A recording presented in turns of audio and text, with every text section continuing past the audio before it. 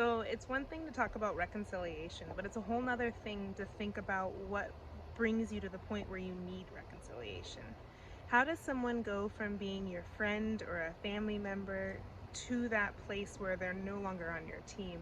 How do they switch? And what responsibility do you have in those situations? These are questions that is really common and a lot of us ask as we're trying to figure out anytime there's any conflict with any kind of relationship, we're trying to figure out the solutions. We come back down to that. So I think if we become more self-aware as to when something mentally, emotionally, psychologically changes with us, our perspective of another person changes, and it goes from being this, well, this person's for me and they can tease me and we can laugh and we can joke and we can be friends, to now anything they say we're listening to with really critical ears. We're watching them closely to see how they offend us or how they trigger us, because they are fully capable of hurting us. Well, people are always capable of hurting us.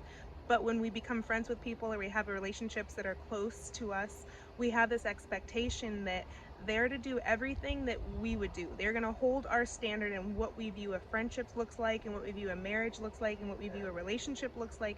Whatever relationship you're in, you have your own standard in your own mind, and you kind of try to uphold that. But when other people break that, when other people do things that you yourself are like, I would never do that, we lose understanding and compassion, and we lose the ability to see life through the other person's perspective. Once we've lost the ability to see life through another person's perspective, we know that our own perspective is a little jaded. It's really hard to be able to be mad at someone when you can fully understand their perspective. That doesn't mean justify and that it's okay to treat someone poorly or whatever this person's done you wrong with, it's justified. But who you are in those moments are the only thing that you can have control over. We can't control other people, and we know we can't even control ourselves.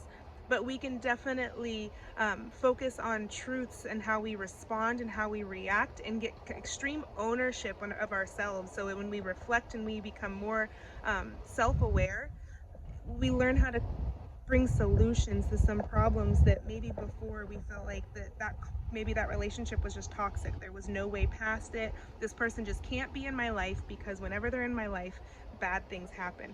Well, taking the perspective of extreme ownership and kind of looking at it from the perspective, like, how can I better understand where this person's coming from? How can I better love this person?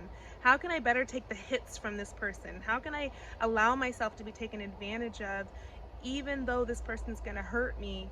And taking that perspective, which is the perspective of Christ, because it's, the Bible says, while we were yet sinners, Christ died for us. So it wasn't like when we had everything together and we stopped sinning, then Christ died for us. It's like he gave up his life for us while we were still sinning against him, while we were still yelling, crucify him.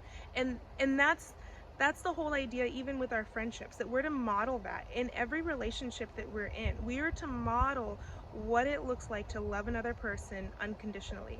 Now, we're human, so we're not going to be able to do that. We're going to definitely have these thresholds where we respond and we react. That's what I mean about we can't control certain things. We're going to respond, and then we're going to look back at that situation and go, why did I respond that way?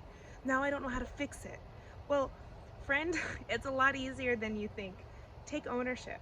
Take extreme ownership. Even if another person harmed you or hurt you or took advantage of you or treats you in a way that you just feel like this is not okay, take ownership of it. See how that you can be the light to them, that you can bring more self-awareness to them without even just pointing it out on them, by taking it on yourself, by being that example, by being aware of when something's switched mentally, and treating someone as though they're on your team, even if they are acting like they aren't on your team, still giving them the same love, not changing who you are in character, but still loving another person despite how they're behaving, because you believe that we're family, that we are supposed to pursue reconciliation just as Christ did.